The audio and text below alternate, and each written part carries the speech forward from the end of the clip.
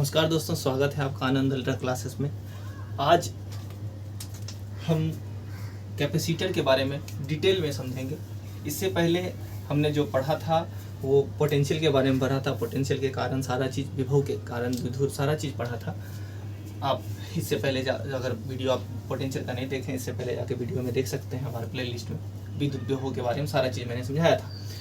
आज संधारित्र से रिलेटेड चीज़ों को स्टार्ट करते हैं। संधारित्र क्या होता है, कैपेसिटर क्या होता है?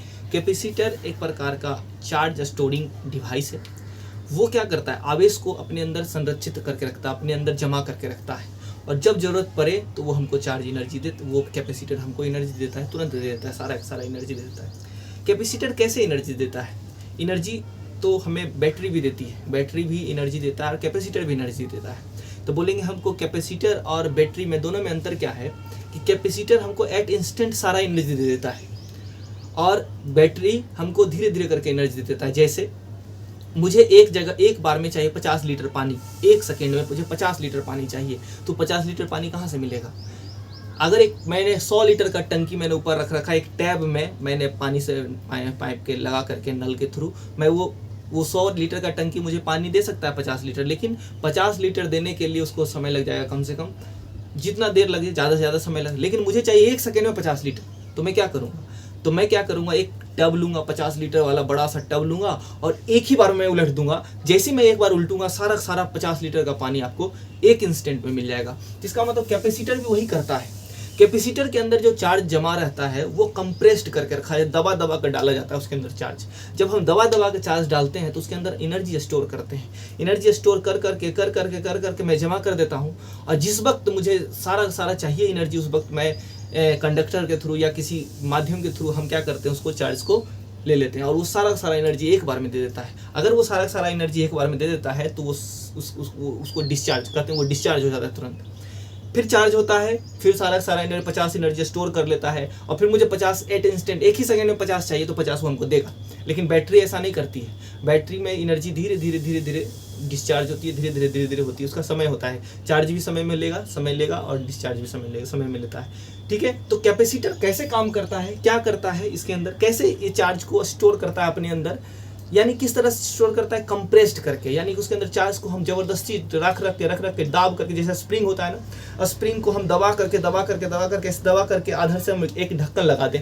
जैसे ढक्कन लगा दें तो वो अंदर दब गया, लेकिन जब भी कोई आदमी अगर खोलेगा उसको तो उतना ही एनर्जी से वापस, तुरंत जितना फोर्स मैंने लगा कर उसको दबा करके रखा, उतना सारा एनर्जी से वो धक्का मार के बाहर देगा। तो वही करता है हमारा चार्ज, हमारा कैपेसिटर। ठीक है, तो कैपेसिटर कहते किसको है? तो कैपेसिटर कहता है संधारित्र एक प्रकार का डिवाइस है जिसमें हम चार्ज को जमा करते हैं, और जमा करके हमको जब भी कभी वापस मिलता है तो वो हमको वापस एनर्जी, उतना ही एनर्जी देता है, कंप्रेस्ड चार्ज के रूप में जमा रहता है उसके अंदर एनर्जी। ठीक है, तो कैपेसिटर एक प्रकार का डिवाइस है जो हमको एनर्जी को क्या करता है, वापस करता है जब हमें जरूरत पड़ती है। ठीक है, अभी किस पे काम करता है, क्या चीज़ पे काम करता है, इसके बारे में हम समझाते हैं थोड़ा सा। क्या कहता है, यानी कि जब भी हम किसी भी चीज में, किसी मटेरियल में हम चार्ज जमा करते हैं, आपने पढ़ा V बराबर क्या होता है, 1/4 पाई इप्सिलॉन नॉट इंटू Q/R। पढ़ा था आपने कि अगर कोई भी कंडक्टर होगा गोल जैसा, तो उसमें अगर वोल्टेज, अगर मैंने अगर चार्ज जमा किया, यानी कहीं भी रखा चार्ज को मैंने जब जमा किया तो उसके कारण वोल्टेज क्या होता है, बढ़ रहा था। क्यों? क्योंकि प्लस चार्ज रखूंगा तो वोल्टेज बड़ा होते चला जाएगा, जमा करते जाता हूं मैं। वोल्टेज जितना ज़्यादा बढ़ाऊंगा चार्ज उतना ज़्यादा, जितना ज़्यादा चार्ज बढ़ाऊंगा वोल्टेज उतना बढ़ेगा। तो इसी कॉन्सेप्ट पे आधारित है हमारा कोई भी चीज़, कोई भी कैपेसिटर। तो बोलता है क्या है कि जब भी किसी भी इक्विपमेंट में, किसी भी, यानी कि मान लो कैपेसिटर में या किसी भी चीज़ में, कि अगर Q अगर हम देते हैं उसके अंदर, तो उसके अंदर भी बढ़ जाता है, यानी वोल्टेज बढ़ जाता है। यानी कि जैसे हम चार्ज जमा किए उसके अंदर वोल्टेज का वृद्धि हो जाता है। यानी कि चार्ज जमा करो, चार्ज बढ़ाओ, वोल्टेज बढ़ जाएगा। यानी दोनों आपस में कैसा समानुपाती है। तो यही एक रिलेशन बनता है कि Q जो होता है डायरेक्टली प्रोपोर्शनल होता है V के। Q जो है डायरेक्टली प्रोपोर्शनल V। अगर हम किसी भी बॉडी में अगर हम चार्ज जमा करेंगे तो उसके पास उसका वोल्टेज बढ़ जाएगा, उसमें वोल्टेज में वृद्धि हो जाएगी। तो इसी को कहते हैं, इसको डिफाइन कर सकते हैं, है ना, कि किसी कैपेसिटर में चार्ज जमा करने पर, उस कैपेसिटर एक ऐसा डिवाइस है जिसमें चार्ज जमा करने उसका वोल्टेज बढ़ जाता है ना, वोल्टेज बढ़ जाता है। अच्छा, जैसे चार्ज जमा किए वोल्टेज बढ़ गया। वोल्टेज बढ़ने का मतलब क्या हो गया, Q जैसे ही समानुपात का चिन्ह हटता है तो समानुपाती C भी आ जाता है। Q बराबर क्या होता है C भी, वेयर C क्या है, C बोलेंगे कांस्टेंट है ना, C एक कांस्टेंट है जिसे चालक की धारिता कहते हैं। धारिता किसको कहते हैं, सबसे पहला नंबर समझने की बात है। धारिता मतलब कैपेसिटी है ना, उस चालक की कैपेसिटी, कोई सामान है उसको, जैसे आपके पास मग है, मग में एक जग है, इतना बड़ा जग है, आप इसका कैपेसिटी निर्धारित कर सकते हैं कि हाँ ये 2 लीटर का जग है। आप 1 लीटर डालिएगा तो उसका कुछ ना कुछ हाइट बढ़ेगा। हाइट बढ़ना का मतलब यहाँ वोल्टेज बढ़ना। याद रखिए हमेशा, कभी भी जब हम हाइट की बात करेंगे तो वोल्टेज बढ़ रहा होगा। कि अगर मैं किसी भी बॉडी, मान ली 2 लीटर का मेरे पास मग है, इस मग में मैंने 1 लीटर पानी डाला तो उसका हाइट बढ़ा, कुछ बढ़ा होगा। फिर मैंने आधा लीटर और डाला, उसका फिर हाइट बढ़ा। यानी कि क्यू डालने से क्या हो रहा है, वोल्टेज बढ़ रहा है, यानी हाइट बढ़ रहा है। क्यू डालना का मतलब पानी डालने से वोल्टेज बढ़ रहा है। मैंने जितना चार्ज डाला उतना वोल्टेज बढ़ा, चार्ज डालते जा रहा हूँ वोल्टेज बढ़ते जा रहा है, चार्ज डालते जा रहा हूँ वोल्टेज बढ़ते जा रहा है। एक ऐसा समय आएगा उस कैपेसिटी के लिए, उस मग के लिए कि 2 लीटर जैसे ही हो गया उसका हाइट मैक्सिमम और उसका पानी भी मैक्सिमम 2 लीटर हो गया। अब इसके बाद आप कुछ भी डालिएगा वो लीक कर जाएगा, पानी लीक कर जाएगा, पानी बाहर चला आएगा। तो इसका कहते हैं, इसी तरह से हर मटेरियल का अपना एक वोल्टेज होता है कि मैक्सिमम कितना दूर तक वो सह सकता है का मतलब उसके अंदर कितना चार्ज जमा कर सकते हैं। जैसे अगर हम मान लिए उसमें चार्ज जमा करते गए वोल्टेज बनते गए, एक ऐसा समय आता है वो ब्रेक कर जाता है। ब्रेक करना मतलब टूट जाना है ना, ब्रेक भंजन कहते हैं इसको हिंदी में। ब्रेक डाउन का मतलब भंजन वोल्टेज, ऐसा वोल्टेज जहां पर कोई भी चीज को, कोई भी मटेरियल में चार्ज डालने से वो उसका ब्रेक कर जाए, वो आयोनाइज हो जाए, उसे हम कहते हैं, क्या कहते हैं उसको, ब्रेक डाउन वोल्टेज है ना, भंजन वोल्टेज कहते हैं। तो हमको ये समझ में आना चाहिए कि कैपेसिटी हर मटेरियल का अपना अपना होता है, हर मटेरियल का कुछ ना कुछ कैपेसिटी होता है। उस कैपेसिटी के अंदर आप काम कर सकते हैं, तब तक ये वोल्टेज बढ़ते रहेगा। लेकिन अगर आप इस कैपेसिटी से पार चले गए, आप चार्ज डालते जा रहे हैं लेकिन कैपेसिटी से पार चल गए, तो ये वाला वोल्टेज बढ़ेगा और बढ़ जाएगा, और वो बढ़ करके ब्रेक डाउन कर जाएगा, उस मटेरियल को तोड़ देगा। उस मटेरियल को तोड़ कर मतलब क्या कर देगा, चार्ज का कंडक्शन करना स्टार्ट कर देगा। यानी कि जो अधातु होता है उसको भी धातु बना देता है। कौन, ये जहां पर वो काम नहीं कर रहा होता है, चार्ज का कंडक्शन नहीं हो पा रहा होता है, इस ब्रेकडाउन वोल्टेज के कारण वो कंडक्ट करना स्टार्ट कर जाती है। इसलिए जो इंसुलेटर होता है वो कंडक्टर बन जाता है। तो अभी मैं इसके बारे में और भी डिटेल में चर्चा करेंगे। तो Q समानुपाती क्या, Q बराबर क्या होता है, C इंटू V। कैसे होता है कि V जो होता है, चार्ज जो है, जितना ज्यादा चार्ज आप जमा कीजिएगा वोल्टेज उतना ज्यादा बढ़ता जाएगा।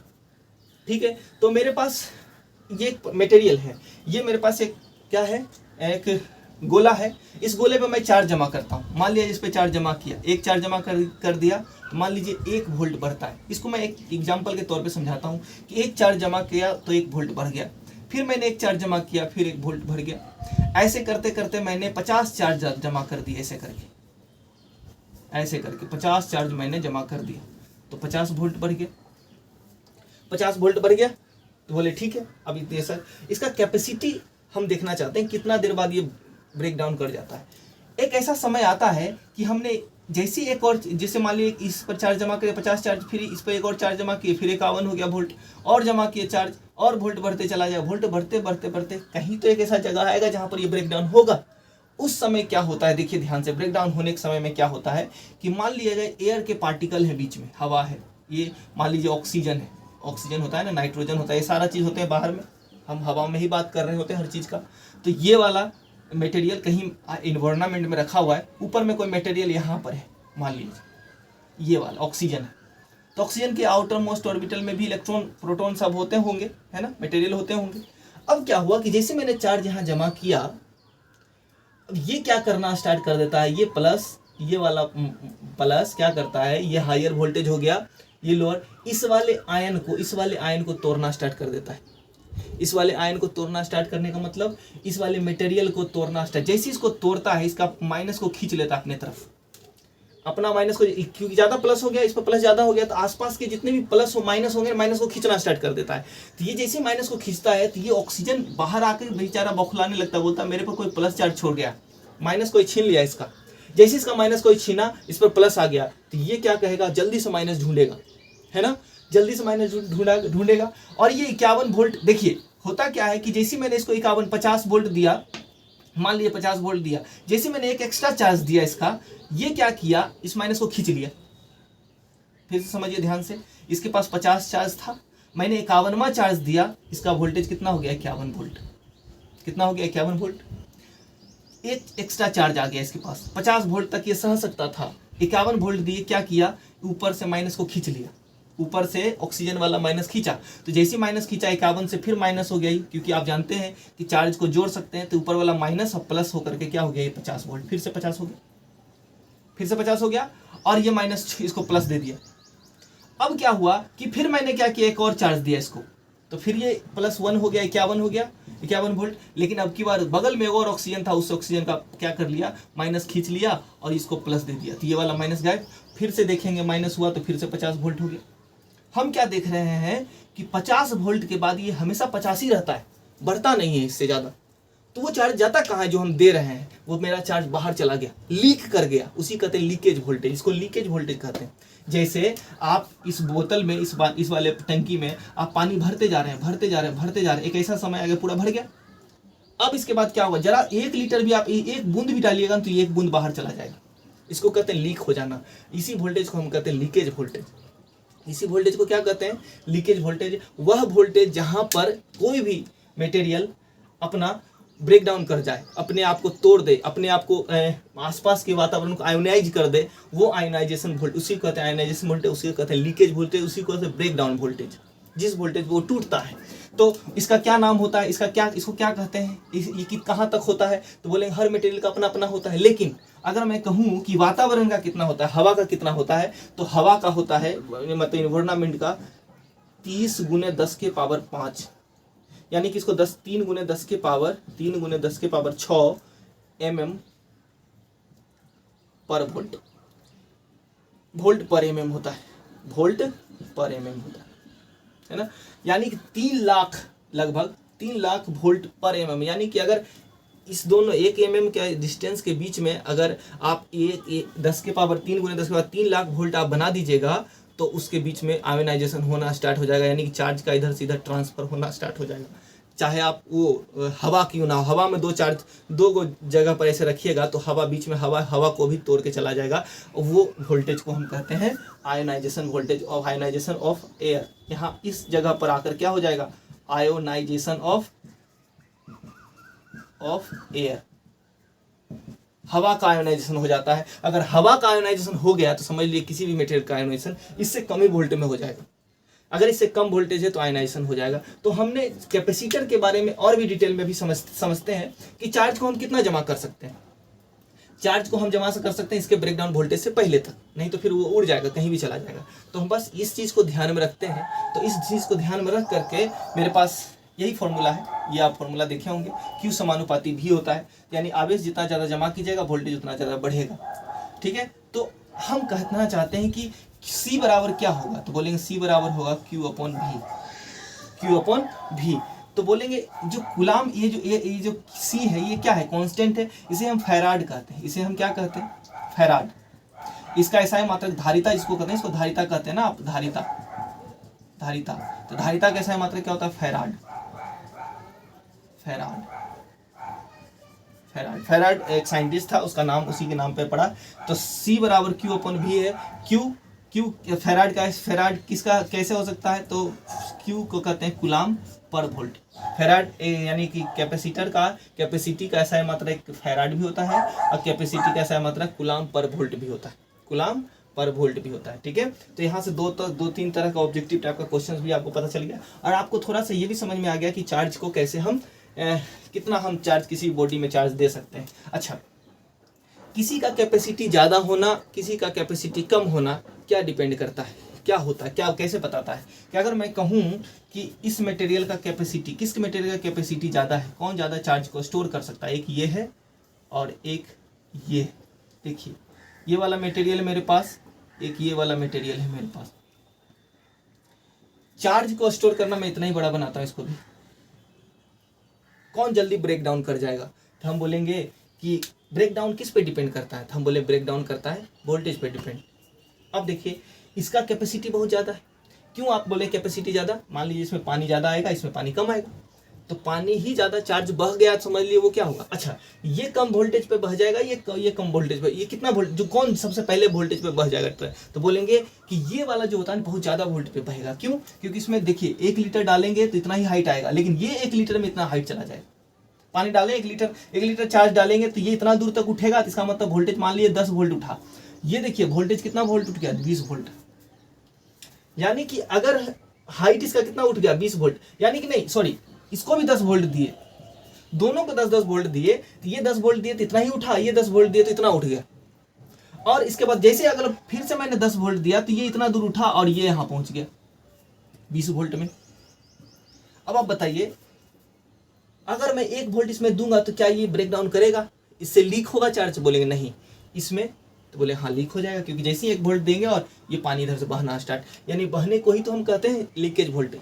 यानी इस मटेरियल का कैपेसिटी, इस मटेरियल का कैपेसिटी कम है चार्ज को रखने के लिए, इसका मतलब इसका जो ब्रेक डाउन वोल्टेज है कम है, इसका ब्रेक डाउन वोल्टेज ज़्यादा है ना। तो कैपेसिटी पर डिपेंड करता है, यानी कि कैपेसिटी जितना ज़्यादा हो मेरे लिए अच्छा है ना। कैपेसिटी जितना ज़्यादा हो मेरे लिए अच्छा हो, मैंने सी जितना ज़्यादा हो, यानी सी क्या, सी हम ना बढ़ा सकते हैं ना घटा सकते हैं, सी कांस्टेंट है। याद रखना, कैपेसिटी जो होता है, कैपेसिटर जो होता है वो हमारे फिजिकल क्वांटिटी पर डिपेंड करता है। फिजिकल मतलब कि आप एरिया कितना बड़ा ले रखें, लेंथ कितना बड़ा ले रखें, ये सब। जैसे आपको मैं बोलूं कि छोटा वाला गिलास एक बड़ा वाला गिलास, वो क्या है, फिजिकल क्वांटिटी पर डिपेंड करता है कि आप कितना बड़ा चीज़ ले रखें, उसमें आप पानी डालिए, और हाइट अपने आप डिपेंड करता है कि बड़ा वाला कंटेनर लेंगे तो उसमें पानी डालिएगा तो हाइट कम उठेगा, और जो छोटा वाला कंटेनर लीजिएगा तो उसमें पानी डालिएगा तो हाइट ज़्यादा उठेगा। तो जो ज़्यादा उठेगा वो ज़्यादा उठेगा, उसका ब्रेकडाउन जल्दी आ जाएगा, और जो छोटा होगा उसका, जो जल्दी कम उठेगा उसका ब्रेकडाउन बहुत क्या होता है, कम, बहुत ज़्यादा वोल्टेज में आएगा। ठीक है, तो वो मेरे लिए अच्छा होता है बड़ा वाला। तो कैपेसिटी किस किस चीज़ पर डिपेंड करता है, इसके बारे में और भी डिटेल में समझते हैं। इसको देखिए, तो आपको इस कैपेसिटर के इंट्रोडक्शन में आप क्या समझे होंगे कि कैपेसिटर कहते किसको हैं। तो कैपेसिटर एक ऐसा डिवाइस है जिसमें चार्ज को कैसे जमा करके रखते हैं, कंप्रेस्ड कर, चार्ज को कैसे रखते हैं जमा करके, कंप्रेस्ड करके, और कंप्रेस्ड करके रख करके दबा देते हैं। मतलब समझ लीजिए एक तरह से उसको बंद कर दिया गया है, लेकिन जब हमको जरूरत पड़ता है तो एट इंस्टेंट सारा चार्ज हमको वापस मिल जाता है। ठीक है, तो ये कैपेसिटर का काम हुआ। अब कैपेसिटर हम सबको जो बेसिकली पढ़ना है, एक गोलीय संधारित्र पढ़ना है और एक पैरेलल प्लेट कैपेसिटर पढ़ना है। देखिए पैरेलल प्लेट ही कैपेसिटर सारा जितना भी आप पढ़िएगा कैपेसिटर पैरेलल प्लेट पे ही आधारित है, इसलिए आपको एनसीईआरटी में पैरेलल प्लेट कैपेसिटर ही दे रखा है। ठीक है, तो सबसे पहला नंबर हम चार्ज को समझते हैं। कैपेसिटर एक गोलीय होता है, तो गोलीय के लिए क्या पढ़ते हैं, तो गोलीय कैपेसिटर क्या होता है। देखिए मान लीजिए कि इसका जो रेडियस है, इसका रेडियस आर है, स्मॉल आर है या कैपिटल आर है, जो भी हो, और इस पर चार्ज मैंने जमा किया, ऐसे ऐसे करके मैंने चार्ज जमा किया, तो बोलेंगे सर जमा करने से क्या होता है, तो बोलेंगे जमा करने से इसका वोल्टेज बढ़ जाता है ना। जमा करते गए इसका वोल्टेज बढ़ गया। तो बोले कितना वोल्टेज बढ़ गया होगा इसका, तो बोले इसका फॉर्मूला होता है वोल्टेज का, तो बोलेंगे V बराबर क्या होता है, 1/4 pi epsilon not into Q/R। एक चीज़ और बता दूं कि जो कैपेसिटर होता है वो ये बहुत बड़ा मात्रक होता है, अभी समझ में आएगा इसमें, सभी आप समझिएगा। कैपेसिटर बहुत बड़ा मात्रक होता है, 1 फैराड बहुत ज़्यादा होता है। 1 फैराड इक्वल्स टू होता है 96,500 कूलाम, याद रखिए। और 1 कूलाम आप जानते हैं बहुत ज़्यादा चार्ज होता है, तो इससे कई गुना ज़्यादा, देखिए 96,500 कूलाम है 1 फैराड बराबर, तो इतना ज़्यादा चार्ज होता है, इतना ज़्यादा होता है 1 फैराड की, हम उतना चार्ज को स्टोर नहीं कर पाएंगे कहीं भी, कभी नहीं स्टोर कर पाएंगे उतना चार्ज किसी भी सिस्टम में। जैसे 1 फैराड को हम नहीं पढ़ते, हमेशा माइक्रो फैराड में पढ़ते हैं, नैनो फैराड में पढ़ते हैं, पिको फैराड में पढ़ते हैं, लेकिन 1 फैराड बहुत बड़ा मात्रा होता है, इसको हम यूज नहीं करते हैं नॉर्मली। ठीक है, तो हम नैनो में यूज करते हैं। तो एक नैनो फैराड इक्वल्स टू क्या हो जाएगा, 10⁻⁻9 फैराड। 1 पिको फैराड बराबर क्या हो जाता है, 10⁻⁻12 फैराड। 1 माइक्रो फैराड बराबर क्या होता है, 10⁻⁻6 फैराड। ऐसे करके यूज किया जाता है। ठीक है, तो ये सब यूज करेंगे हम आगे जा करके कैपेसिटर में, तो आपको समझ में आना चाहिए कैपेसिटर। अच्छा, यहाँ से आए, ये एक आप फैराड जानते हैं। देखिए अब आप क्या देखते हैं कि V जो है हमारा 1/4 पाई Q/R आप जानते हैं इस गोलीय चालक के कारण होता है। इसके अंदर में भी उतना ही होता है, अब बाहर जाएंगे तो धीरे धीरे घटेगा रेडियस के अनुसार। तो हमको V पता चल गया। तो अभी आपने क्या पढ़ा, C बराबर पढ़ा था Q/V। अभी हमको क्या पता है कि टोटल चार्ज क्या है इस पर, Q है, तो स्मॉल q दिए। तो हम जानते हैं C बराबर क्या कहलाएगा, Q अपॉन V। V मेरे पास क्या दे रखा है, ये दे रखा है, तो बोलेंगे 1/4πε0 इंटू Q अपॉन रेडियस। जब हम इसको करेंगे सॉल्व तो हम देखेंगे क्या, Q into 4πε0 into R upon ये Q क्या है, ये Q है ना, इंटू, तो Q से Q खत्म हो जाएगा, तो C इक्वल्स टू हो जाएगा क्या, 4πε0 into R। This is the capacitor, capacity किसका, किसी भी गोलीय चालक के कारण, गोलीय चालक यानी गोलाकार अगर कंडक्टर है, शेप है अगर कोई, उसके कारण उसमें कितना कैपेसिटर, कितना कैपेसिटी है चार्ज स्टोर करने का कैपेसिटी है, वो उस किस पे डिपेंड करता है, आर। ये फॉर्मूला होता है 4πε0, तो C समानुपाती R। जितना बड़ा आप R करते जाइएगा चार्ज उतना ज़्यादा स्टोर कर सकते हैं। तो आपको पहले ही बताया मैंने कि चार्ज कैसे जमा हो सकता है, जितना बड़ा एरिया, शेप बड़ा कर सकते हैं। आपको मैंने फिर बताया कि टब और बड़ा वाला टब किस में ज़्यादा चार्ज जमा कर सकते हैं, तो बड़ा वाला में। तो जितना बड़ा एरिया होगा, जितना बड़ा उसका सरफेस एरिया होगा, उतना बड़ा चार्ज जमा होगा। तो R जो होगा डायरेक्टली बढ़ेगा, तो C भी मेरा बढ़ेगा। ठीक है, तो आपको ये समझ में आना चाहिए। बाकी अब देखिए, C जो है 1/4πε0 R है। तो हम देखना चाहते हैं कि पृथ्वी का रेडियस कितना होता है, लगभग 3200 किलोमीटर, 6400 साइन, है ना। उसका तो हम बोलते हैं कि 1 फैराड, अगर बात करते हैं कि रेडियस अगर मेरे पास अगर मान लीजिए 1/4πε0, अगर मैं कहना चाहता हूँ रेडियस कितना बड़ा होना चाहिए, तो अगर मान लीजिए 1 फैराड हमको चार्ज को जमा करना है, तो 1 फैराड चार्ज को जमा करने को मुझे कितना बड़ा रेडियस का क्या कहते हैं, गोलीय चालक की जरूरत पड़ेगी। मैं सिर्फ 1 फैराड की चार्ज की जमा करने की बात कर रहा हूँ, मतलब 96,500 चार्ज कूलम की चार्ज की जरूरत कर रहा है। तो 1 फैराड को जमा करने के लिए देखिए क्या कहते हैं, तो R बराबर क्या हो जाएगा, C अपॉन 1/4πε0 होगा। तो आप जानते हैं R बराबर C का वैल्यू अगर 1 फैराड ले रहा हूँ मैं, और 1/4πε0 का वैल्यू आप जानते हैं, 1 गुने 1/4πε0 लिखिएगा इसको। तो बताइए 1 गुने 1/4πε0 का वैल्यू कितना होता है, 9 गुने 10 के पावर में 9, यानी R बराबर 1 गुने 9, इस पर लिख लीजिएगा 9 गुने 10 के पावर 9 मीटर की बात करूँगा, यानी कि त्रिज्या कितना मीटर का है, 9 गुने 10 के पावर 9 मीटर। सोचिए कितना बड़ा त्रिज्या है। 9 गुने 10 के पावर 9 का मतलब समझ लीजिए कि 1 करोड़ होता है 10 के पावर 7, यानी कि 10 के पावर 8, 10 करोड़ और अरब, 9 अरब मीटर।